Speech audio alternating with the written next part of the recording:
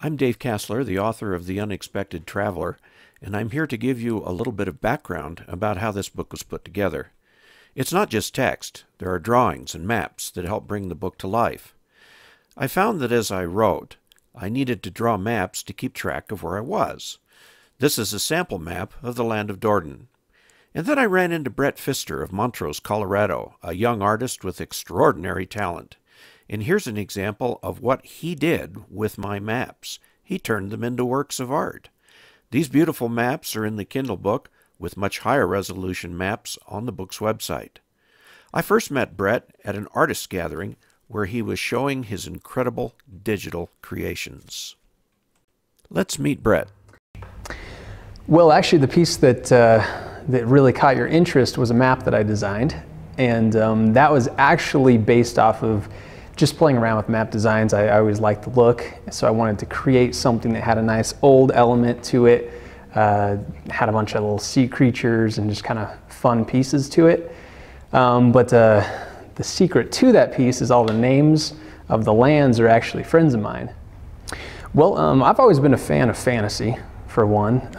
You know, who doesn't like Lord of the Rings or something like that? So just the fantasy element was intriguing to me, and you said you were writing a book, and I'm always interested in different creative talents in the area and just trying to, you know, talk with them, see what their projects are, and so when you mentioned you were doing a fantasy book and that you might want to do some maps for it, that immediately caught my interest, and yeah, I definitely want to be a part of the project. Oh man, I mean, it gives you the whole lay of the land anytime. I mean, of course, anytime there's a story that allows you to see a map for the story, it just, for one, helps me to understand everything so much easier. You know, you place yourself in that spot where the story is taking place, and you're looking to what's to your left, what's to your right, you know, the mountain ranges, and it's just fun to help you to really put yourself in the book and visualize it from your perspective, or at least that's what it does for me. There's actually some kind of interesting technical details if you wanted to know some of those. Sure. With the mountains, I actually first started with doing just some hand drawings of little peaks and stuff. In fact, I think the concept that I first provided to you actually had those hand-drawn mountains. But I actually experimented with something new, and it was actually crumpling paper and then scanning it in, and it creates a certain look like a mountain range. So, you know, just a lot of different ideas. You try to explore what you can do, maybe what you haven't done before. And for the trees, we first talked about doing maybe some sort of hand-drawn tree, and I think in the concept I even had that as well, but I kind of felt like maybe just doing a color difference added to it a little more. Doing a very, not so much of a hard edge for a tree line as a lot of maps do include, but just kind of a blended in, really kind of scattered and chaotic edge to it.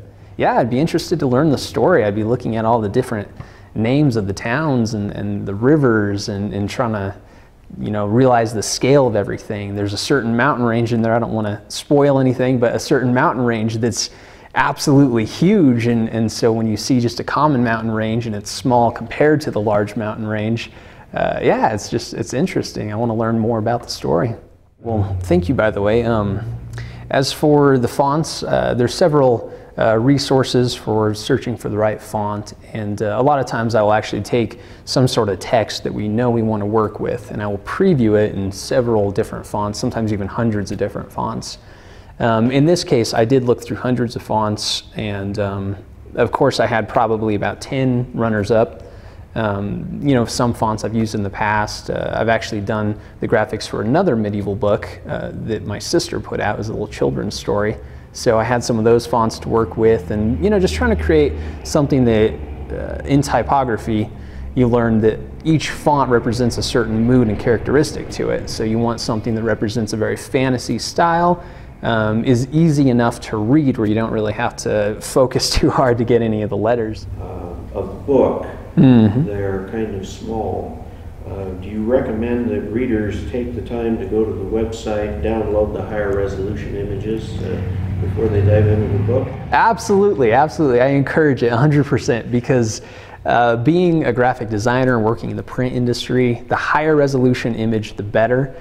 So I've learned to have a great appreciation for an image that you can blow up 100%, and it's absolutely huge, and there's so much detail, and you can really see everything so much clearer than just a tiny little image.